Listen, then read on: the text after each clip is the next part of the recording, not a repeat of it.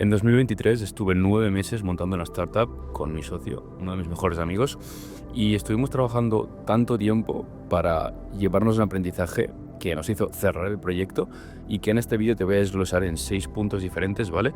Porque todo y que el proyecto fracasó, tuvimos aprendizaje que realmente yo creo que personalmente a mí me ha puesto 5 años en ventaja en lo que es conocimiento y a lo que se refiere a cómo empezar una startup, cómo empezar un emprendimiento o un proyecto de forma rentable y realmente hacer que esa fase inicial sea lo más amena posible para luego llegar y seguir escalando. Y si eres emprendedor, tienes un negocio digital o tienes pensado hacerlo este 2025, quédate porque realmente estarás escuchando una experiencia real, ¿vale? De 9 meses de trabajo, los que fueron muy intensos y realmente concentramos, yo creo que varios años de trabajo en uno y sacamos aprendizajes muy, muy jugosos. Me he hecho una lista aquí con los puntos que quiero hablar porque realmente quiero que quede perfecto y quiero que te transmita la idea pues perfectamente para que si tú estás en esa situación puedas corregir ese error antes de tiempo, antes de que sea demasiado tarde y puedes hacerlo pues básicamente con este vídeo.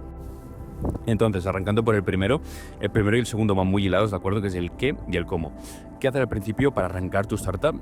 Y cómo hacerlo de forma rentable, ¿de acuerdo? Y que no te suponga dolores de cabeza. Al qué le he llamado yo, no empezar la casa por el tejado, empezarla por las paredes. Aunque parece una frase hecha muy, muy común, ¿de acuerdo? Con eso me refiero a que primero tienes que validar tu idea.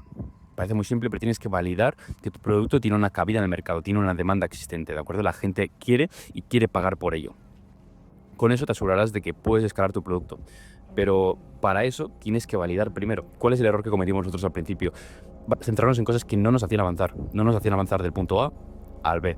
Centrarnos en el diseño del producto, centrarnos en características minuciosas, centrarnos en los modelos de precios o incluso montar las cuentas de redes sociales sin ninguna estrategia detrás. Eso realmente nos hizo retrasarnos, nos hizo perder el foco en no centrarnos en la cosa importante que era: ok, tenemos una solución, tenemos un problema, vamos a ver cómo validamos, cómo llevamos eso al mercado de la forma más simple posible, cómo montar un MVP para conseguir casos de estudio, conseguir casos de éxito y potencialmente poder conseguir inversión o poder escalar eso sin ningún tipo de financiación, ¿de acuerdo? Que es lo que voy a hablar después también en un punto. Porque también nos pusimos a buscar inversores cuando no teníamos nada. Y eso hay que entender que ahora ya no funciona. También te lo voy a explicar después. Entonces, ¿cómo hacerlo, de acuerdo? ¿Cómo validar tu idea, de acuerdo? Para hacerlo de la forma más low cost posible, de la forma más eficiente y la forma más rápida. Y eso es llevándolo al 1 a 1, ¿de acuerdo? Llevándolo al servicio. Al final, tu producto, tu software, es lo que hicimos nosotros, es un producto que ofrece un servicio. Y ese servicio es en su totalidad, de acuerdo, en la mayoría de casos, reemplazable por las acciones que puede hacer una persona, ¿de acuerdo? Un ejemplo que pasó hace poco, ¿de acuerdo? Un chico que se llamaba André Jacal, que montó ListKit, que es un software de prospección B2B. ¿Qué hizo él?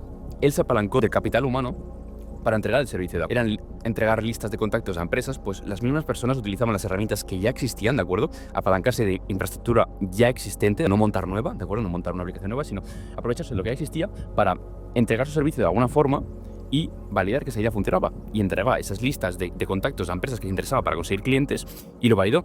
Y creo que en un mes pasó a 1 millón de ARR, o sea, de ingresos anuales en proyección. Es increíble. Y es posible. Y el chico lo hizo pues a igual porque no tenía ese capital para empezar. Y es lo que tienes que hacer tú y lo que nosotros no hicimos. Pero el punto aquí que quiero que te lleves es que lleves tu producto a la forma más simple posible y vendas ese servicio como si tú fueras el que hace la ejecución. Bueno, básicamente vas a ser tú el que hace la ejecución, ¿de acuerdo? Ir a buscar personas, ir a tocar puerta, ir a llamar, ir a prospectar, lo que sea, ¿de acuerdo? Identifica un cliente, ve a por él, comprueba, habla con él si quiere eso, si tiene ese problema realmente, porque igual no lo tiene, pero haz que esa idea sea validada mediante el tú a tú, ¿de acuerdo? El 1 a 1. Y luego ahí vas a ir escalando. Puedes ir a más volumen y poco a poco irás creciendo, poco a poco irás consiguiendo esos casos de estudio, poco a poco irás escalando la facturación y tendrás el producto más que validado. Y el tercer punto, hacerte ver que no es difícil. Por mucho que pienses que el qué y el cómo te parezca difícil, y es que no lo es. Porque te voy a explicar primero lo que son los efectos macro, ¿de acuerdo? Qué es lo que ha pasado en pues un poco la historia del SaaS estos últimos años para que te diga que no es difícil validar tu producto, por muy complejo que sea. Y es que en 2020, de acuerdo a una pandemia, hubo un boom de software. Para que te hagas una idea, software, bueno, todo lo que utilizas tú hoy en día en aplicaciones son software, al final eso. Entonces está mucho más presente de lo que tú crees. Al final el software es la industria de negocios digitales más cotizada del mundo. O sea, en 2030 está pensada en valorarse en 1 trillón. Así que si te piensas que es un nicho minucioso, no lo es tanto. Así que en 2020, ¿qué pasó? Básicamente la gente empezó a crear softwares porque con la pandemia la gente estaba encerrada en su casa y empezó a haber mucha innovación de la mano con la introducción de la inteligencia artificial. Los inversores se volvieron un poco locos porque vieron que había tanta innovación que tenían que invertir en ello sin pensar en el coste que podía tener, ¿no? Es el growth at all costs que se llamaba, ¿de acuerdo? O crecimiento a todo coste. ¿Qué pasó? Que eso con el tiempo se dio cuenta que la gente estaba financiando startups con una presentación, o sea, levantando millones con una presentación. Y luego eso lo implementaron en las empresas y se daban cuenta que no era eficiente, que la gente no lo utilizaba y esas empresas decaían, ¿de acuerdo? Entonces ahora se busca más eficiencia, más impacto y un crecimiento más sostenible, básicamente. ¿Qué ha pasado? Que las barreras de entrada han ido disminuyendo igualmente. Eso no quita que la gente no pueda empezar un software desde cero hoy en día sin saber programar. Y ese es el punto, ¿de acuerdo? Que puedes hacerlo. No tienes que depender de inversión externa, y es lo que mucha gente piensa, ¿de acuerdo? Porque al final eso solo lo que te hace es retrasarte.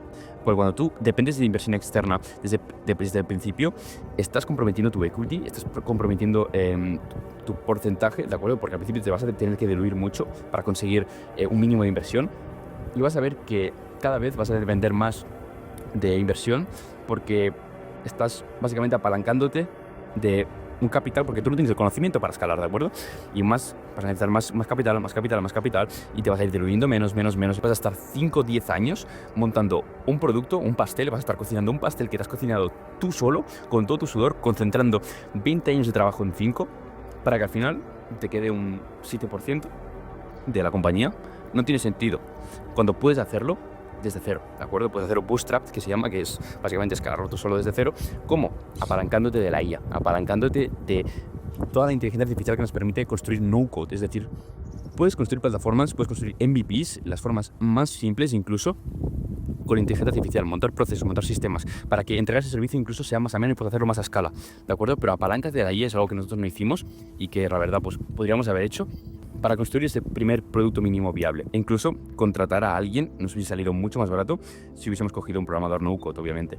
Siguiente punto, y este es muy importante. A nosotros nos pasó algo similar, no lo supimos aprovechar, hizo que siguiéramos y perdiésemos aún más meses hasta llegar a la hostia final, ¿no? Y es el no hablar con gente que ya lo ha hecho. Y esto debe ser lo primero que debes hacer. Hablar con tu cliente, validar primero la demanda, ¿de acuerdo? Y hablar con gente que ya lo ha hecho, ¿de acuerdo? Porque en el momento que tú hablas con alguien que es un founder de un software que ha sido financiado, que lleva 5 años en el mercado, realmente te va a quitar todas las dudas en un par de minutos, ¿de acuerdo? Y te va a decir, tienes que hacer esto, esto y esto. Y si hay una inversión que tienes que hacer al principio que realmente es necesaria, es invertir en un mentor. No solo un mentor, pero si puedes pagar para que alguien te diga, ok, yo llevo 5 años en el mercado, he hecho esto y esto. Esto no tienes que hacer, esto lo estás haciendo mal, esto tal. Porque en el momento que lo haces, avanzas 5 años y te quitas todos los dolores de cabeza que alguien ha pasado durante ese tiempo en tan solo unos minutos. En mi caso, yo lo hice, no voy a decir nombres, pero bueno, un amigo mío que tiene una empresa que está facturando, no sé si 5 millones al año, ¿de acuerdo? Y me dijo, tío, lo que estáis haciendo, estáis empezando la casa por el tejado. Y me dijo, tío, lo que estáis haciendo, ¿de acuerdo? Es muy difícil, ¿de acuerdo? No podéis empezar montando un producto porque necesitáis mucho dinero, no lo tenéis que primero vender ese servicio. Y es que me lo dijo y yo pasé de él, pero para que veas un poco que no fue actitud ignorante, sino que tenía tanta ambición, tenía tanta convicción de que eso funcionaría, que no me salí de mi perspectiva para entender lo que me estaban diciendo. La verdad que lo agradezco mucho y agradezco mucho poder tener esa gente a mi lado, dado que pues pueda compartir y aprender de ellos, y te recomiendo que hagas lo mismo.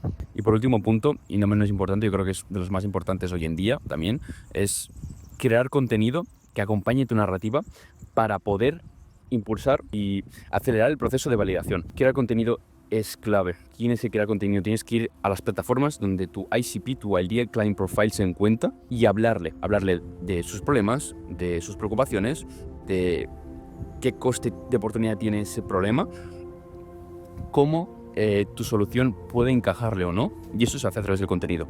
Si estás montando un software, normalmente se hace en LinkedIn, ¿de acuerdo? Se encuentran en la red de contactos B2B más grande del mundo, que voy a hacer un vídeo de LinkedIn, porque LinkedIn Videos la mejor forma de hacer crecer tu negocio en 2025. Te lo dejaré por aquí si no lo has subido aún. Si no, pues ya lo verás. Pero ese fue el error, porque nosotros nos pusimos a crear contenido, pero nos pusimos a crear contenido con el enfoque incorrecto.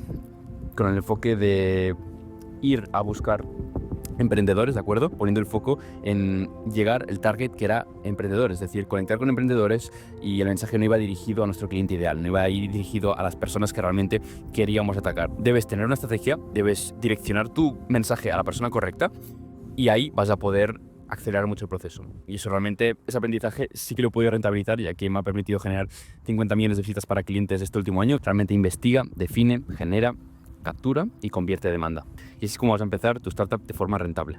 Espero que te haya gustado. La verdad que me hubiese encantado a mí tener este vídeo porque, joder, todos los founders que estáis pensando en montar un SaaS o los que estáis en proceso, ¿de acuerdo? Puede ser también un nivel más intermedio, pueden toparse con estos problemas y realmente sufrir con ellos. Entonces, mírate este vídeo todas las veces que quieras, tatúate estos conceptos en mente y tenlos muy en cuenta para realmente ser competente y ser eficiente en esta era del software, que requiere más trabajo inteligente que trabajo duro. Así que nada, dicho esto, un abrazo y nos vemos en el siguiente vídeo.